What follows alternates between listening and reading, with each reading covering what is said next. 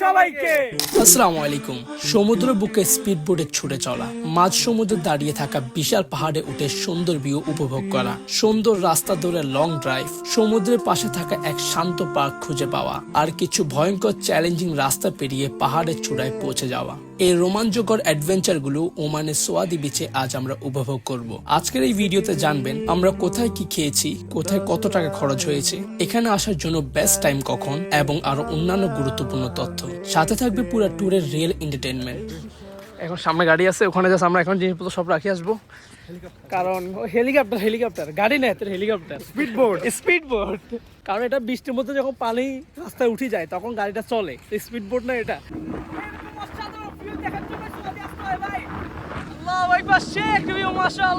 আমাদের সাথে আরেকটা বোর্ড এখানে আসছে, এই বোর্ড এটা, ওরাও যাইতেছে আমরাও যাইতেছি। চলো নিচের ভিউটা দেখো, নিচের ভিউটা মাশাআল্লাহ। আসলে মনে হইতেছে এত উপরে উঠি নাই, কিন্তু এখান থেকে যখন ভিউটা দেখা যায়, ওই দেখেন ওইটা হচ্ছে মেন জায়গা।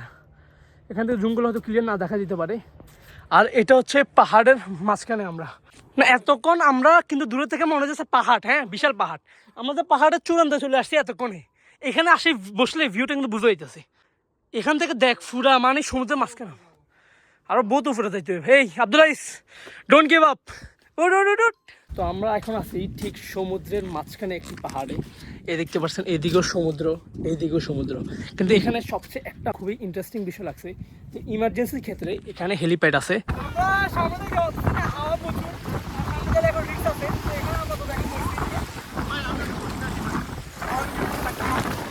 এখান থেকে কিছুটা সময় আমরা পুরো ভিউটা উপভোগ করার চেষ্টা করব।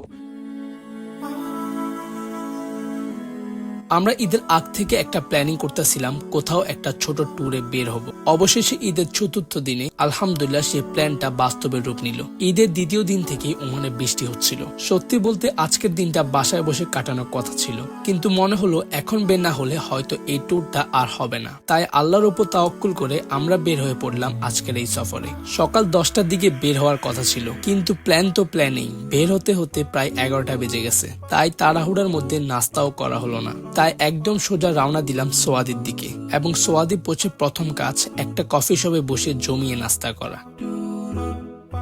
এই কফি শপে এসে আমরা অর্ডার করলাম চিকেন বার্গার, আর মজার বিষয় হলো এর সাথে ফ্রেঞ্চ ফ্রাইস ছিল একদম ফ্রি। গল্প করতে করতে হাসি আড্ডার মাঝে আমাদের সকালের নাস্তাটা আলহামদুলিল্লাহ হয়ে গেল। বার্গারের সাথে সবাই 1 কাপ করে চা খেয়ে নিলাম। চা শেষ করে সাথে একটা পানির বোতল নিয়ে আমরা আবার বের হয়ে পড়লাম আমাদের পরবর্তী গন্তব্যের জন্য। সব মিলিয়ে সকালের নাস্তা আমাদের খরচ হয়েছে প্রায় 2 রিয়াল 600 পয়সা, একদম বাজেটের মধ্যে আর পুরোপুরি সন্তুষ্টিকর।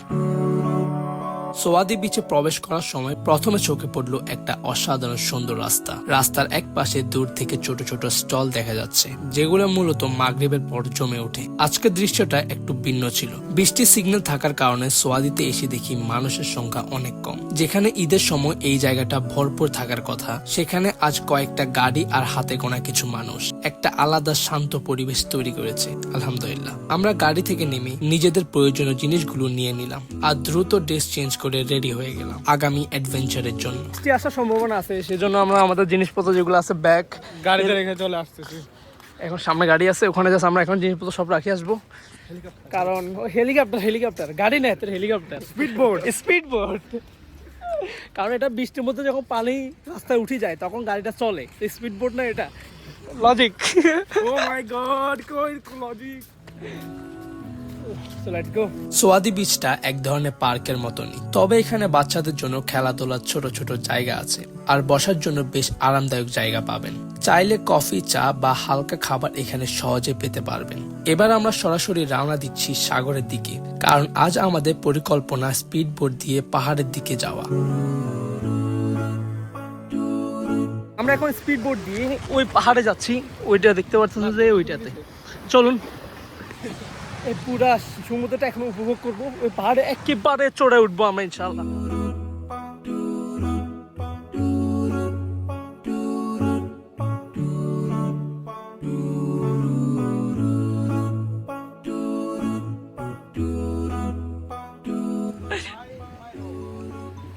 বিসমিল্লাহ বিসমিল্লাহ।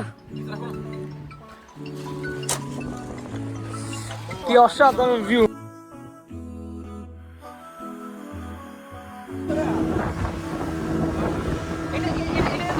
এটা তো নিস না, এটা খাইতে পারবি। হ্যাঁ হ্যাঁ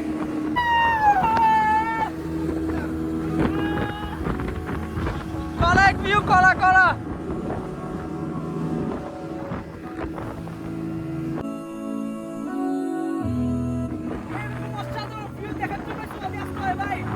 আল্লাহু আকবার, শেখ ভিউ মাশাআল্লাহ।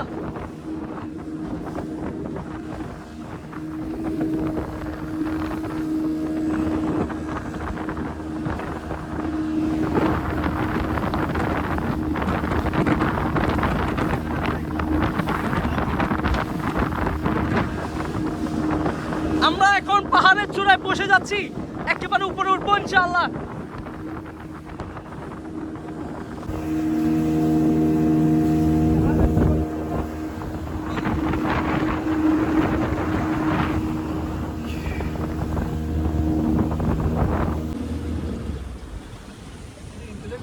চলে এসেছি আমরা সিঁড়িটা।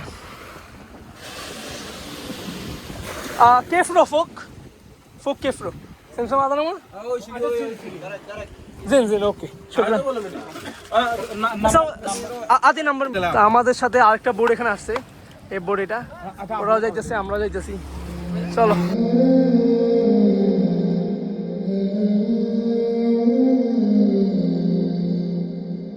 পাহাড়ের বিভিন্ন জায়গায় সিঁড়ি দিয়ে রাখছে, এটা দিয়ে আমরা পাহাড়ের উপরে উঠবো আর কি। নিচের ভিউটা দেখ, নিচের ভিউটা মাশাআল্লাহ আল্লাহ।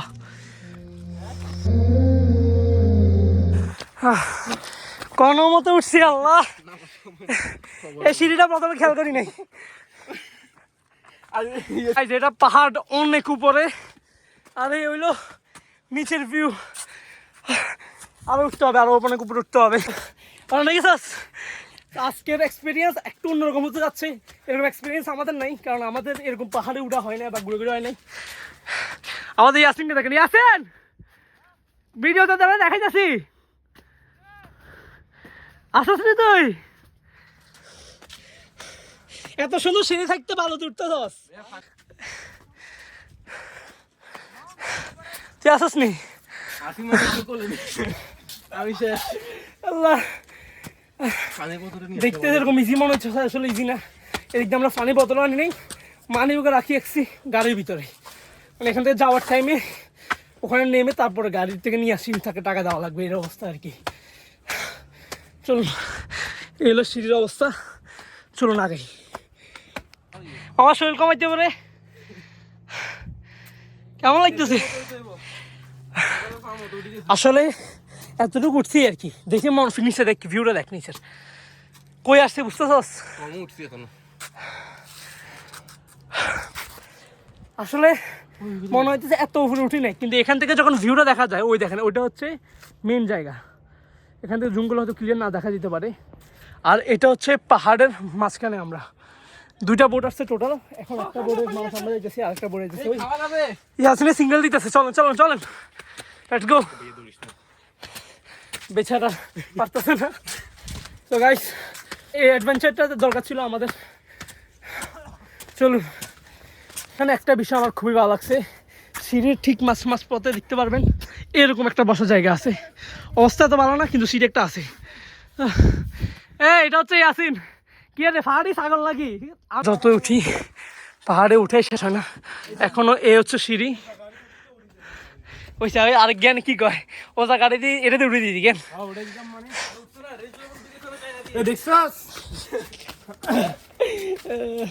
দেখ এখান থেকে সোয়াদের ভিউটা দেখ, মানে মনে হইতো যে এখান থেকে এটা মানে ভিউটা সুন্দর আসার জন্য সাজাইছে ওই গাছ গোছ দিয়ে। চল চল, এখনো বহুত দেরি আছে। পাহাড় যত উঠতেছি অত শেষ হইতেছে না, কি রে? যতই উঠতেছি, আমি তো খারাপ উঠছি, কিন্তু আমার সত্যি কথা কখনো রিপ্লাই দে। তুই মজা পাইছিস না অ্যাডভেঞ্চারটা? এটা হাতে হাতে শৈল আছে তো, আছে কি অবস্থা? আলহামদুলিল্লাহ, হাফনে ছুটে যাইতেছে। ও এটা কিচ্ছু না, আসলে আমাদের ফার্স্ট টাইম হিসেবে হয়তো আমাদের এরকম অবস্থা হইতেছে এই পাহাড়গুলো উঠতে উঠতে। তো চলুন উঠা যাক। নামতে গলায় নামে যাবো। টেকনোলজি ভাই আজকে কম দেবো তোর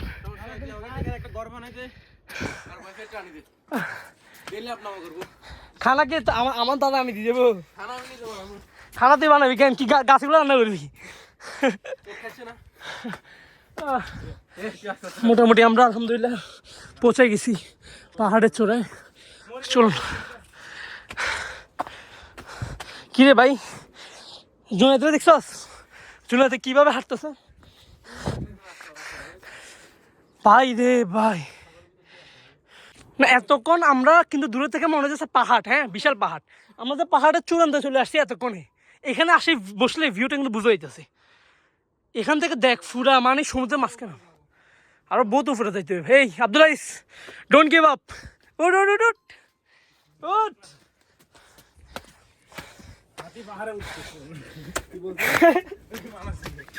এই এই এই নাম নিকনাম পাই গেছি, এই পাহাড়ের ছাগল হাতি আমার তো জানি বান্দর বান্দর এটা মোটামুটি ভাঙ্গা হয়ে গেছে। যাক আলহামদুলিল্লাহ মোটামুটি। এটা কি বলে এটারে ফর্ট নি নাকি ফর্ট বলে এটাকে নাকি টাওয়ার বা যেটাই হোক, এটা দেখা যাইতেছে মানে আমরা মোটামুটি পৌঁছে গেছি। আর 3-4 মিনিটের ভিতরে আমরা পৌঁছে দিতেছি ওখানে। ও পাহাড়ের একেবারে উপরে পৌঁছাতে আমাদের প্রায় 20 মিনিট লেগেছে। হাঁটতে একটু সময় লেগেছে, কিন্তু ভালো লাগার বিষয় হলো এখানে হাঁটার জন্য বেশ সুবিধাজনক রাস্তা বানানো হয়েছে, তাই হাঁটা কিছুটা সহজ হয়ে যায়। এ ধরনের পাহাড়ে ওঠার জন্য অবশ্যই আপনাদের সঙ্গে পানি রাখা উচিত, কারণ ওঠার সময় খুব দ্রুত পিপাসা লাগতে পারে। এটা তো উঠে দেখি কি অবস্থায়, মাশাআল্লাহ। নিয়ে আসতে সাইকেলটা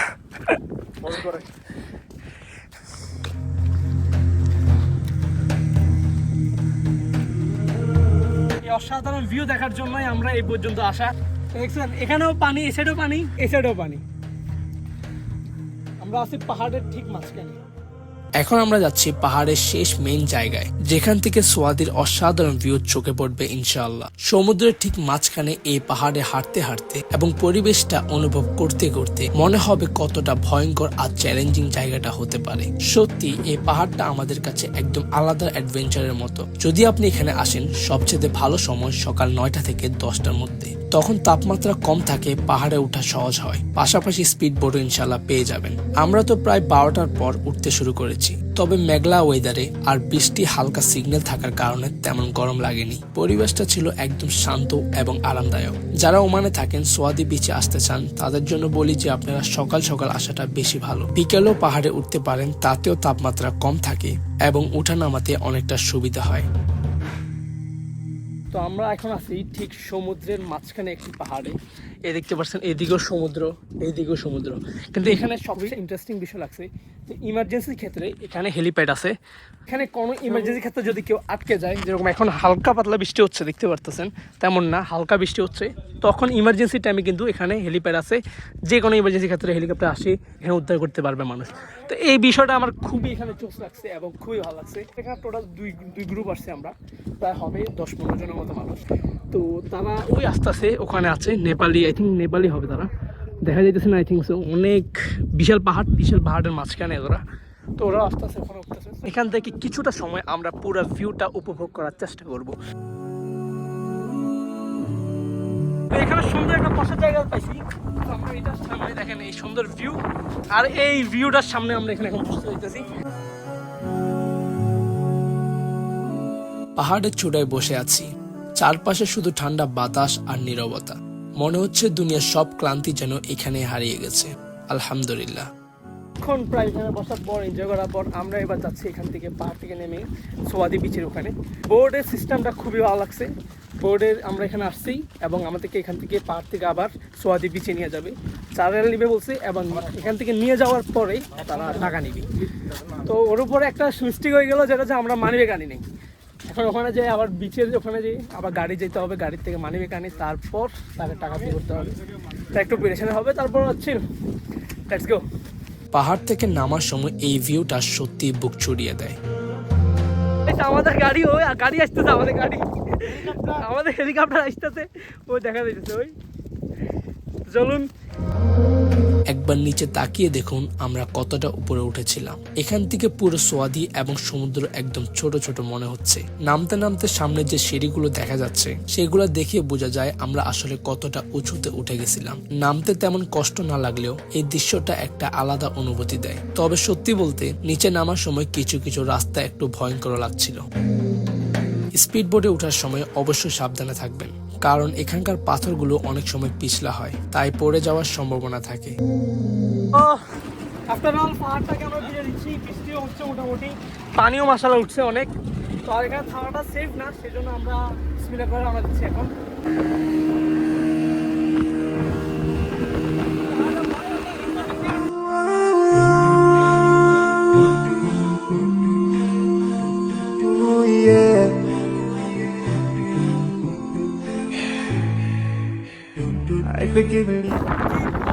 বাতাস রে ভাই, কি শান্তি রে, কি শান্তি।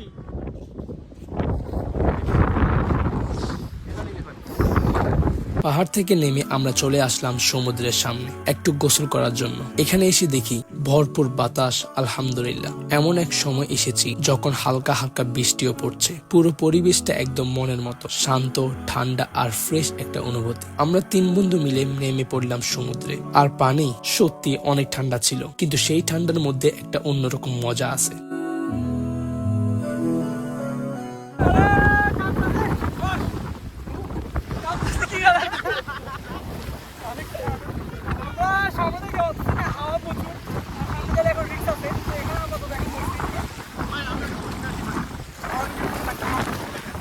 তুই এই দিকে বস, ওই দিকে ফিরে লাগতেছে। এই বন্ধুদের সাথে এই সময়গুলো, তবে আমার ফিরে পাবো জানি না, কিন্তু এই সময়গুলো খুবই মূল্যবান, খুবই। ওয়েদারের অবস্থা ধীরে ধীরে খারাপ হতে শুরু করলো, তাই আমরা দ্রুত ড্রেস চেঞ্জ করে গাড়িতে উঠে পড়লাম। চারপাশে তাকিয়ে দেখছি রাস্তা ভরে গেছে পানি দিয়ে। এবার আমরা রওনা দিলাম দুপুরের খাবারের জন্য। এত বৃষ্টি হয়েছে যে সামনের গ্লাস একদম ঝাপসা হয়ে গেছিল, তবুও আস্তে ধীরে আমরা পৌঁছে গেলাম একটা রেস্টুরেন্টের সামনে।